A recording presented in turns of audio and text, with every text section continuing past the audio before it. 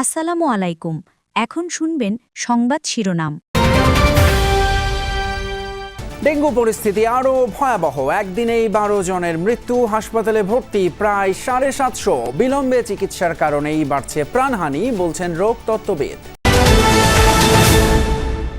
PRN নামে ফ্যাসিবাদ কায়েমের ষড়যন্ত্র চলছে। অভিযোগ বিএনপি নেতাদের। এলডিসি উত্তোলন স্থগিত রাখতে জাতিসংঘে চিঠি দিতে সরকারের প্রতি আহ্বান।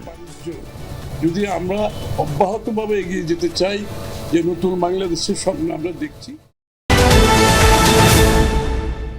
আয়োজনে অন্তর্বর্তী সরকারের উপর আস্থা আছে 70% মানুষের। জরিপ ইনোভেশনের। পিআর কি জানে না 56% জনগণ। ভারত, মালয়েশিয়া সহ 5 দেশে সাবেক ভূমিমন্ত্রী সাইফুজ্জামানের বিপুল সম্পদের সন্ধান। দুদকের রেড নোটিশ জারির আবেদন মঞ্জুর। আসসালামু আলাইকুম। এতক্ষণ শুনছিলেন সংবাদ শিরোনাম, এখন শুনবেন বিস্তারিত। ডেঙ্গুতে বছরের সর্বোচ্চ মৃত্যু দেখল দেশ। 24 ঘন্টায় মারা গেছেন 12 জন। সবচেয়ে বেশি মৃত্যু বরিশাল বিভাগে। স্বাস্থ্য বিভাগ বলছে, জ্বর নিয়ে অবহেলা এবং দেরিতে চিকিৎসা শুরুর কারণে প্রাণহানি কমানো যাচ্ছে না। ডেঙ্গু এখন সারা বছরের রোগ। দেশের প্রায় সব জেলাতেই ডেঙ্গুর বিস্তার হয়েছে। সবচেয়ে নাজুক পরিস্থিতি বরিশাল বিভাগে। স্বাস্থ্য বিভাগের তথ্য বলছে, চলতি বছর ডেঙ্গু আক্রান্ত হয়ে হাসপাতালে ভর্তি হয়েছেন 41,000-এর বেশি মানুষ। গত 24 ঘন্টায় এই সংখ্যা 740। সবচেয়ে বেশি রোগী ভর্তি বরিশাল বিভাগে। আক্রান্তদের বেশিরভাগের বয়স 20 থেকে 40 বছরের মধ্যে। NS1 ক্ষেত্রে আমরা বলি জ্বর আসার প্রথম 3 দিনের মধ্যে আসতে হবে। এখন কেউ যদি 4 নাম্বার দিন বা 5 নাম্বার দিনে NS1 টেস্ট করে এবং তার নেগেটিভ আসে এবং সে যদি মনে করে তার ডেঙ্গু হয়নি, তাহলে তো ডায়াগনোসিস হবে না। টাইমিং খুব বড় একটা ব্যাপার। NS1 এর ক্ষেত্রে প্রথম 3 দিনের মধ্যে করতে হবে এবং IgM এর ক্ষেত্রে 5 দিন পরে করতে হবে। আক্রান্তের সঙ্গে বেড়েছে মৃত্যুও। 24 ঘন্টায় 12 মৃত্যুর মধ্যে 5 জন বরিশালে ও 5 জন ঢাকায়। স্বাস্থ্য বিভাগ জানিয়েছে, এবছর ডেঙ্গুতে প্রাণ হারিয়েছেন 179 জন। কিন্তু পেশেন্টগুলো আমাদের কাছে আসছে অনেক পরে, যখন আসলে আমাদের বেশি কিছু করার থাকছে না। বাইরে কোথাও না কোথাও চিকিৎসা নিয়ে আমরা হাতে মাত্র 1 দিন বা 2 দিন সময় পাচ্ছি এখানে, এবং অত্যন্ত মুমূর্ষু অবস্থায় আসছে এবং এর ফলে আমাদের করণীয় খুবই কম থাকছে। এটা আমরা চেষ্টা করছি যে যত তাড়াতাড়ি সম্ভব রোগীদেরকে হাসপাতালে আনানোর জন্য, জ্বর হওয়ার পরপরই। রাজধানীতে ডেঙ্গুতে মৃত্যু সবচেয়ে বেশি দক্ষিণ সিটি কর্পোরেশন এলাকায়। স্বল্পোন্নত দেশের তালিকা এলডিসি থেকে বাংলাদেশের এখনই উত্তরণের সময় আসেনি বলে মনে করে বিএনপি। ব্যবসায়ী নেতাদের সাথে বৈঠক শেষে বিএনপির স্থায়ী কমিটির সদস্য আমির খসরু মাহমুদ চৌধুরী অর্থনীতি, ব্যবসা বাণিজ্য এগিয়ে নেওয়ার স্বার্থে এলডিসি উত্তরণ স্থগিত রাখার পক্ষে মত দেন। যদিও ব্যবসায়ী নেতারা জানান, পুরনো স্থগিত নয়, বরং প্রস্তুতির জন্য 3 বছর সময় চান তারা। জামায়াতের আমিরের সাথে বৈঠকের পর এবার বিএনপি মহাসচিবের সাথে বৈঠক করেন বিজিএমই সভাপতি সহ দেশের শীর্ষ ব্যবসায়ী নেতারা। রাজধানীর গুলশানে বিএনপি চেয়ারপারসনের কার্যালয়ে এই বৈঠক হয়। প্রধান উপদেষ্টার জাতিসংঘে যাওয়ার আগ মুহূর্তে প্রায় 1.5 ঘন্টা বিএনপি নেতাদের সাথে বৈঠক করেন ব্যবসায়ী নেতারা, যেখানে গুরুত্ব পায় এলডিসি থেকে উত্তরণের সময়সীমা আর শ্রমিক আইন প্রসঙ্গ।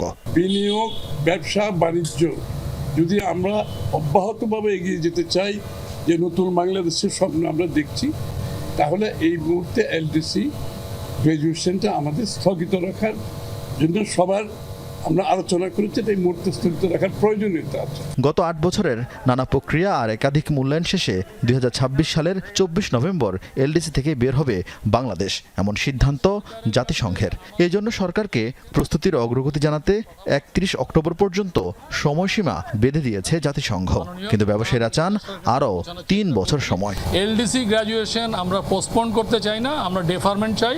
সেটাও বলেছি নির্দিষ্ট মাত্র 3 বছরের জন্য, এবং 3 বছর ডেফারমেন্ট এই জন্য লাগবে, আমরা এখনো প্রস্তুত না। এর মধ্যে একটা আছে ফলসিফাইড যে ডাটার ভিত্তিতে করা হয়েছিল, এটা হচ্ছে মূল বিষয় হচ্ছে আমাদের ইনফ্রাস্ট্রাকচার এখনো রেডি না। এছাড়া 20 জন নিয়ে কলকারখানায় ট্রেড ইউনিয়নের প্রস্তাবে আপত্তি ব্যবসায়ীদের। 20 জনের ট্রেড ইউনিয়নে রেজিস্ট্রেশন দিয়ে দেওয়া হয় এবং একটা শিল্পে সর্বোচ্চ 5টা রেজিস্ট্রেশন দিয়ে দেওয়া হয়, তাহলে শিল্প টিকবে না। এদিকে মালয়েশিয়া, ভারত সহ 5টি দেশে ক্ষমতাচ্যুত আওয়ামী লীগ সরকারের পলাতক ভূমিমন্ত্রী সাইফুজ্জামান চৌধুরীর অবৈধ সম্পদের তথ্য পেল দুদক। চট্টগ্রামের আনোয়ারায় রাতভর অভিযান চালিয়ে উদ্ধার হওয়া 23 বস্তা নথি থেকে প্রাথমিকভাবে মিলেছে এই তথ্য। অন্যদিকে সাবেক ভূমিমন্ত্রী এবং তার স্ত্রীর বিরুদ্ধে রেড নোটিশ জারির জন্য দুদকের করা আবেদন মঞ্জুর করেছেন আদালত। বস্তা ভর্তি এসব নথি রাখা হয়েছিল লুকিয়ে, যাতে আড়াল করা হয়েছিল বিভিন্ন দেশে সাবেক ভূমিমন্ত্রী সাইফুজ্জামান চৌধুরীর হাজার কোটি টাকার সম্পত্তির হিসাব।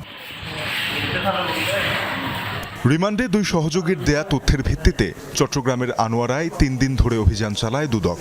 সাবেক ভূমিমন্ত্রীর স্ত্রী রুখমিলা জামানের গাড়ি চালক ইলিয়াসের প্রতিবেশী ওসমানের বাড়িতে শনিবার রাতভর অভিযানে বেরিয়ে আসে 23 বস্তা নথি। পাওয়া যায় কম্বোডিয়া, ভিয়েতনাম, থাইল্যান্ড, মালয়েশিয়া ও ভারতে থাকা বিপুল অবৈধ সম্পদের তথ্য। অভিযানের নেতৃত্ব দেয়া দুদকের উপপরিচালক মশিউর রহমান জানান, সব তথ্য এখনও যাচাই করে দেখা সম্ভব হয়নি।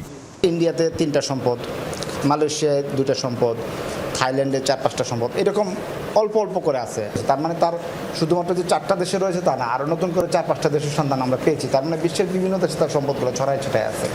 প্রাথমিকভাবে এসব দেশে সম্পদ কেনার তথ্য, ট্যাক্স নথি, বাড়ি ভাড়ার ভাউচার সহ বিভিন্ন ধরনের তথ্য পেয়েছে দুদক, যা গোপন করা হয়েছিল সাইফুজ্জামানের ট্যাক্স ফাইল থেকে।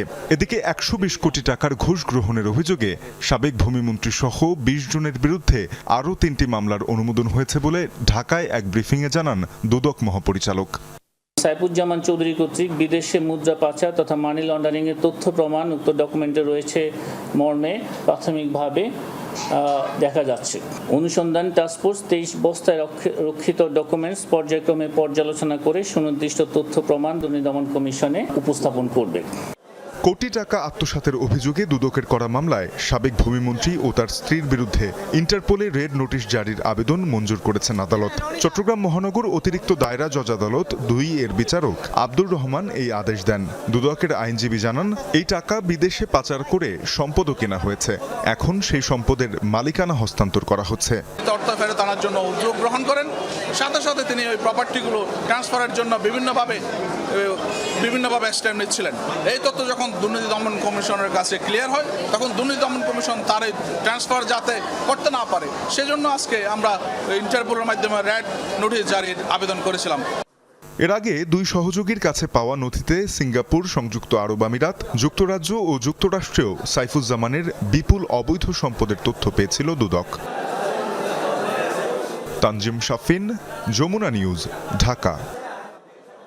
রাজধানী গুলশানে ইস্টার্ন হাউজিংয়ে একটি ফ্ল্যাটের মালিক British MP Tulip Siddiq Sheikh পরিবারের রাজউকের প্লট দুর্নীতি মামলার 4র্থ দিনের সাক্ষ্য গ্রহণের শুনানিতে এমন নথিপত্র দাখিল করেন জব্দ তালিকার সাক্ষীরা।